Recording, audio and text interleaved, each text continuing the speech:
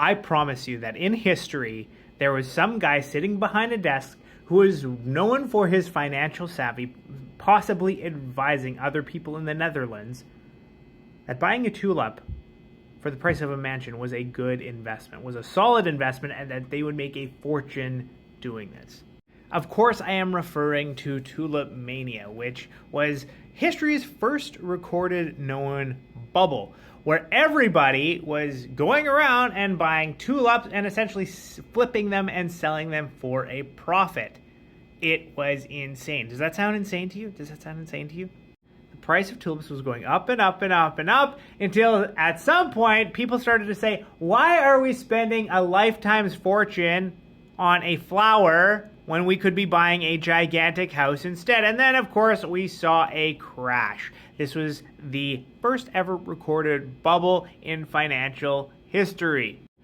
People were making money hand over fist in the tulip and trading business during that period of time. And everybody looks at them and they're like, what the hell is wrong with these people? Who the hell is going to pay that much for a tulip? Is there any real value in flowers? I mean, yeah, there's some, but not that much.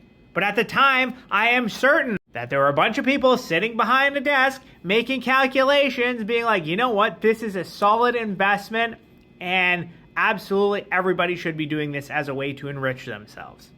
In modern times, we probably look at the tulip situation and be like, what the hell were they thinking? But we've been through enough bubbles in my lifetime where the thinking doesn't change. It's the get-rich-quick feeling that we all want. We all want to be a millionaire tomorrow and do as little work as possible to get there. So if we can just find that one solid investment, that'll solve all our problems, right? Well, it happened again in 2000, 2001 for the dot-com bubble, where once again we saw a situation where anybody who had a .com to their name, even if they had no viable business, was getting investment hand over fist. And then all of a sudden, once again, society kind of went, is there really any value here?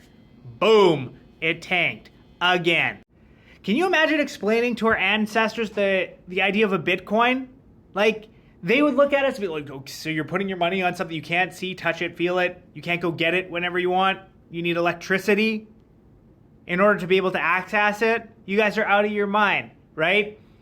But once again, and I'm not saying Bitcoin's a bubble, right? But what happens is, I've been following this since 2017. Every 4 years, it has a big run up, then boom, it crashes again.